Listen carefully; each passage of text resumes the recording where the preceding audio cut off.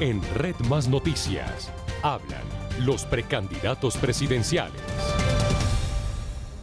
Y aquí en Red Más Noticias hablan los candidatos y precandidatos a la presidencia de la República y hablan todos. Hoy está con nosotros el senador John Milton Rodríguez. Gracias, senador, por acompañarnos y bienvenido a nuestra casa. Giovanni, muchísimas gracias. Para mí siempre un honor estar aquí en esta casa que ha sido tan amable conmigo siempre y con tus televidentes, que obviamente este es el tema más importante, creo que los colombianos tienen que tenerlo claro para lo que será el 2022. Senador, ¿por qué quiere ser presidente de la República? Colombia necesita una renovación en la política, un alto ya definitivo a los temas de corrupción y a la politiquería, demagogia y populismo en el país.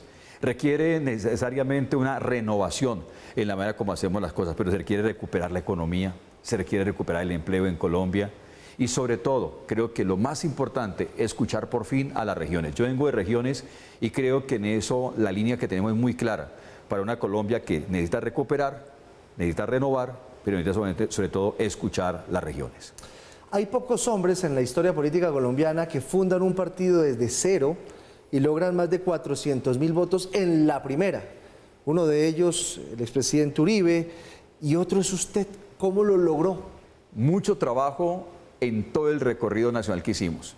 Recorrimos casi 24 departamentos en Colombia 2 veces, incluso algunos 3 veces, escuchando a la gente, escuchando a la persona que está en su tienda, en su microempresa, en el parque, reuniéndonos con los educadores, escuchando a las víctimas del conflicto armado, escuchando a los líderes sociales, los líderes del sector interreligioso, abriéndonos a la comunidad.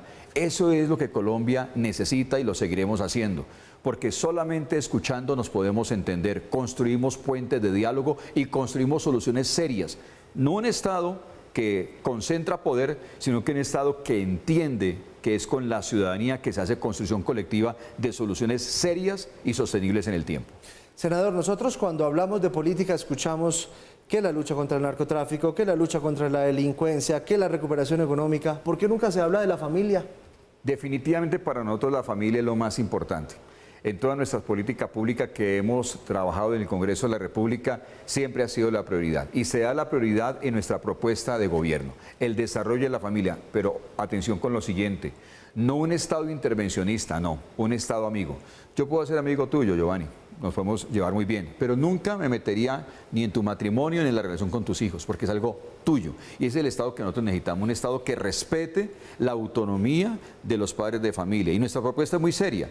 Necesitamos generar una gran construcción colectiva donde aparezcan organizaciones sociales, donde aparezcan la academia, donde aparezcan las iglesias, donde aparezcan todos los conceptos de sociólogos, psicólogos, sexólogos, acompañando un concepto que hemos liderado en el Congreso de la República y son los centros de atención familiar, donde utilizando la virtualidad, pero también la presencialidad, lo que son comisarías de familia, lo que son los lugares de Instituto Colombiano de Bienestar Familiar, que no sean simplemente temas reactivos, sino temas de prevención, donde alguien que no pueda con un problema en su casa, un tema de violencia, un tema de entendimiento, incomprensión, pueda llamar a esa línea virtual, pueda recibir atención bajo la autonomía que cada hogar tenga. Nadie se le puede meter a esa familia, pero esa familia sí puede pedir ayuda a un Estado amigo respetuoso, si es católico, si es ateo, si es cristiano, si cree en esta cosa, cree en la otra, pero que reciba atención de acuerdo a esa conceptualización y esa autonomía que cada familia debe tener en Colombia. Sobre el tema, senador, ¿usted cómo le pareció lo que decidió la Corte ayer en cuanto a que menores de edad constituyen una unión marital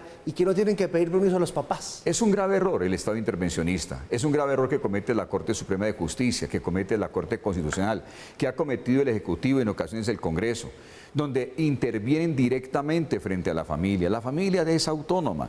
Una persona menor de edad, un niño, un jovencito menor de edad, requiere el acompañamiento de los padres de familia en decisiones tan críticas como formar familia. Y obviamente considero que es un grave error y en el caso mío como presidente de la República, siendo presidente, lo primero que haría es volver a respetar la autonomía de cada una de las 12 millones de familias en Colombia. No, el Estado no se puede meter con la familia. El Estado debe respetar la autonomía de cada familia. Lo vimos hace aproximadamente un mes, mal contado en tiempo, que pasó una situación bien delicada con un grupo de vándalos que trataron de agredirlo en Cali justamente cuando usted estaba presentando su propuesta pues en su tierra, en el Valle del Cauca. ¿Qué hacer con este estallido social y con lo que derivó? Bueno, primeramente, identificar, yo no estigmatizaría a los jóvenes como vándalos. Creo que los jóvenes tienen, digamos, una protesta, una manifestación pacífica y pública que le debe ser garantizada de acuerdo al artículo 37 de la Constitución. Lo que no puede volver a pasar es que se confunda la manifestación pública con actos que van en contra de los bienes públicos o privados de la sociedad colombiana o inclusive contra otros colombianos. Y eso es lo que ha pasado. Los índices de violencia, los índices de ataque a los sistemas de transporte masivo en Colombia, las circunstancias con entidades bancarias, inclusive con personas que le pedan dinero para dejarlos pasar de un lado para otro.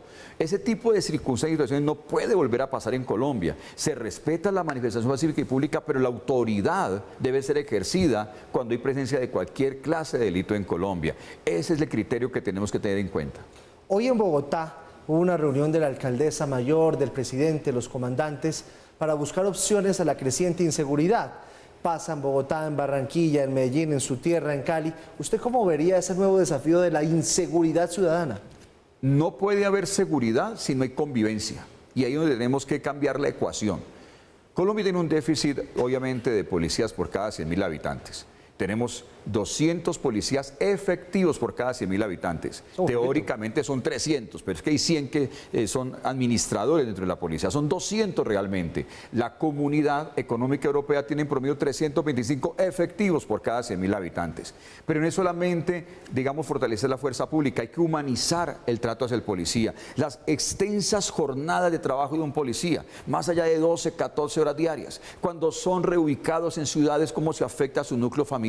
Para mí la humanización de la policía es el respeto y el aprecio a ese ser humano que le sirve a la sociedad colombiana. Pero más allá de eso es la convivencia, volver a la convivencia del barrio, cuando somos vecinos, cuando retomamos la convivencia del vecino, del amigo. ¿Quién quiere robar? ¿Quién quiere afectar? ¿Quién quiere dañar a un vecino? Nadie. Pero tenemos que recuperar lo que tal vez tú y yo cuando éramos más niños tuvimos la oportunidad de vivir, y era que había los torneos deportivos, el tema del arte, la cultura, la actividad de integración entre las mismas familias de los barrios. Y siendo presidente de la República, para mí el barrio tomaría una importancia totalmente prioritaria, donde volvemos a ese tipo de convivencia. En el año 2009, junto con el general Castañeda de la Policía en la ciudad de Cali, lanzamos conjuntamente la política Corazón Verde. Los homicidios, delitos bajaron vertiginosamente porque había elementos de convivencia. La seguridad no me genera convivencia, la convivencia me genera seguridad. Senador, conozco su historia personal y es una historia de muchísimo sacrificio, de muchísimo esfuerzo. Uno podría decir que llegó a donde llegó a pulso. ¿Qué hacer para recuperar un país post pandemia de tanta gente que trata de recuperarse a pulso? No llega, no le llegan las oportunidades, no le llega la plata, y hacer de este Estado un Estado más equitativo. El Estado tiene que ser humilde y el Estado tiene que reconocer que no se las sabe todas. Y el Estado debe darle el espacio a los que lo saben hacer. Le voy a dar un ejemplo de una de mis propuestas. Por ejemplo, el tema del desarrollo social. Nosotros tenemos una gran crisis en el tema de educación. Parte de la solución podría ser lo que se está planteando de educación gratuita, estrato 1, 2 y 3 en universidades o instituciones públicas, pero no es suficiente. Al día siguiente de ser presidente de la República, yo conformaría un comité de política social, donde yo llamaría a ONGs, a entidades especializadas en los temas de educación, a colegios privados, a iglesias incluso. ¿Y qué haría la pregunta? Yo haría una siguiente pregunta. De la capacidad instalada que ustedes tienen en la semana, ¿qué de esa capacidad ustedes no utilizan? Y seguramente alguna iglesia católica, cristiana, quien sea el culto religioso, mira, 40, 50, 60% de mi capacidad no la utilizo. Perfecto, ¿qué tal si ustedes los empresarios, ustedes la universidad, la academia y ustedes las iglesias se juntan y en vez de tener que yo construir más ladrillos, más edificios, invierto directamente en la ciudadanía? Usted me da esa capacidad que tiene disponible para hacer bilingüismo en Colombia. Adópteme un barrio. Y entonces lo que vamos a provocar es que en esas instalaciones que hoy no se opera, que están disponibles, integramos soluciones de sociedad, donde todos aportan una parte. Y ahí sí lograríamos decir 100% educación, porque así como podemos dar bilingüismo, podemos dar el tema de acceso a tecnología, conocimiento en tecnología, conocimiento en artes, conocimiento en ciencias blandas, incluso en ciertas ciencias duras, donde se requiere obviamente esa participación y construcción colectiva, y lo que hacemos es que el Estado no tiene que cobrar más impuestos, se utiliza la capacidad que se está dando en la sociedad, se reconoce la experticia de las instituciones que ya lo hacen y lo hacen bien, y de esa manera podemos garantizar 100% de acceso a la educación en el tema rural y en el tema urbano. Solamente para darte un ejemplo, si hay espacio, te explico el de las cárceles, porque en las cárceles hay una gran crisis, es el hacinamiento del 60%. De cada 10 personas que salen de la cárcel, y quedan libres. De cada 10 personas que salen de la cárcel, 6 o 7 vuelven a delinquir, porque no hay proceso de resocialización. El Estado no sabe resocializar gente.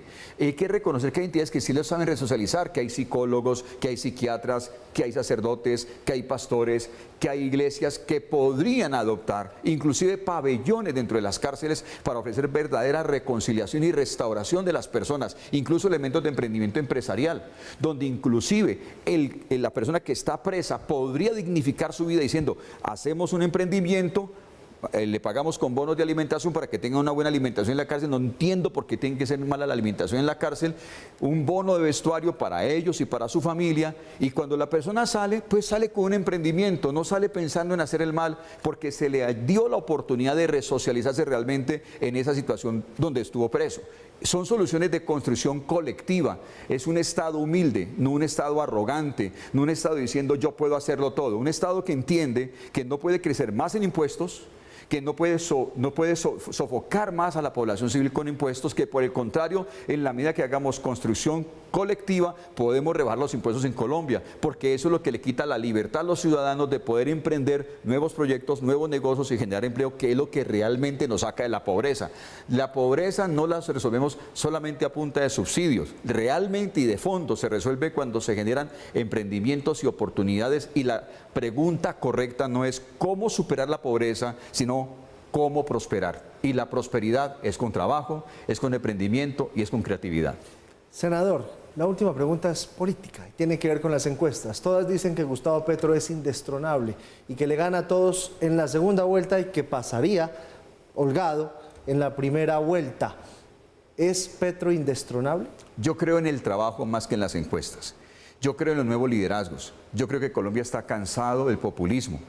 Yo creo que Colombia está cansado de alguien que simplemente dice avalar como presos políticos a personas que han cometido delitos. Creo que Colombia no se merece un líder de esos. No creo que Colombia se merezca un líder incoherente, que casi destruye a Bogotá, ahora pretende destruir a Colombia. Una persona que ha sido incoherente, que era un apoyo permanente para Chávez, inclusive en los inicios de Maduro, y ahora simplemente porque le conviene habla de un capitalismo social, que eso realmente no existe, solamente existe en las mentes incoherentes de aquellos que son extremistas. Nuestra propuesta es con la gente, es con la sociedad, es construir colectivamente, rompiendo con esa agenda del odio. Todos reconocemos en el señor Petro y los que le siguen a él, a nivel político, gente que ha exacerbado el odio en Colombia. Nosotros le hemos dicho varias veces, no más odio en Colombia, por favor, no más lucha de clases, no más los ricos contra los pobres, no. Todos somos Colombia y tenemos que estar unidos alrededor de un principio. Los polos siempre nos dividen y por eso hemos dicho, mi causa es Colombia, porque las causas sí nos unen. Es el senador John Milton Rodríguez, está con nosotros aquí en Redman Noticias y es candidato a la presidencia de la República. Precandidato, pero puede terminar siendo candidato. Gracias y le deseamos toda la suerte y esperamos verlo aquí en los debates que vamos a hacer. Giovanni, muchísimas gracias y anticipadamente pues contarás conmigo y gracias por la oportunidad para ustedes, los televidentes. Dios los bendiga y vamos adelante. Recuerden, mi causa es Colombia.